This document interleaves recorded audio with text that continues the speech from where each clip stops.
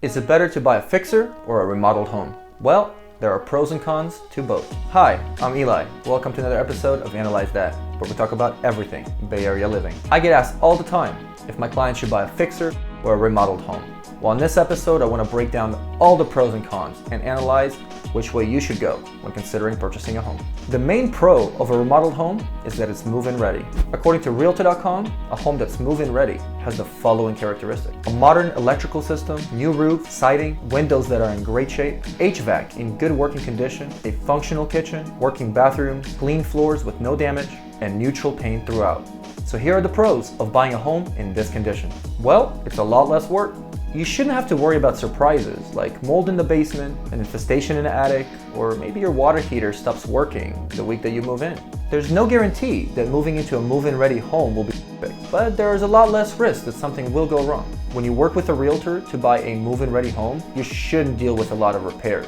However, you'll have to deal with the following cons. There's a lot less selection. It's very difficult right now for a buyer to find a home that perfectly fits all of their needs. If you're very particular about a home that's move-in ready and has certain amenities, you may get into a long and more frustrating search. A move-in ready home also comes with a much higher price tag.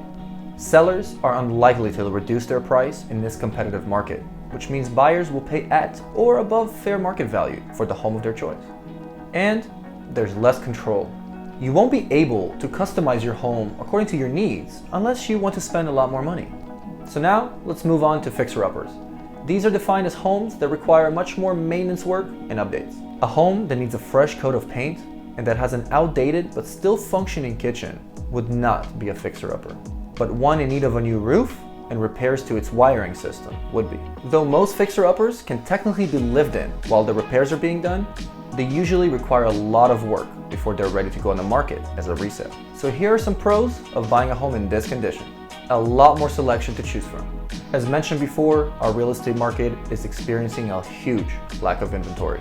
So your selections out there are going to be limited.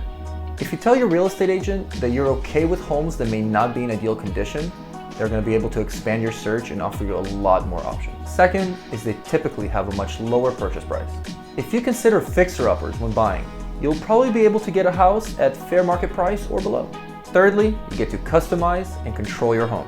When you buy a fixer-upper, you'll have the opportunity to guide your remodel projects and create the home of your dreams, or a home that you can resell at top dollar. Now, of course, there are some cons to fixer-uppers. Though you and your real estate agent will be able to estimate a lot of these repairs from the home inspections, some things will always fall through the cracks, so please budget a little bit extra for your home's renovation. And there's also just a lot more work with a fixer-upper. A fixer-upper, by definition, needs a lot more work to make it habitable. You will need a plan to hire and work with many contractors, or reserve plenty of time in your work schedule if you want to do plenty of that work yourself. And there's the risk of loss. If you don't do your research, the cost of repairs could outweigh what you saved on the purchase price. If this happens, you may not be able to sell your home for enough to cover those losses. Make sure you're relying on a local, experienced real estate agent. I analyze the current inventory and the local pricing trends to let my clients know what their options are. My team focuses on problem solving and solution seeking as we help our clients expand their search criteria. I was working with a client who wanted a really quick commute, great schools, and a remodeled home. Well, his budget really wouldn't allow for that, so one of those had to give. And we really started looking outside of the preferred area, and they really didn't like that. The schools were a priority, so maybe condition was something we could sacrifice. They ended up purchasing a home that needed a few repairs, and after we estimated all the costs and got my contractors to work with them for about 2 months, they have a beautiful home that they designed, that they love to live in, and that have so much built-in equity. It was a great purchase.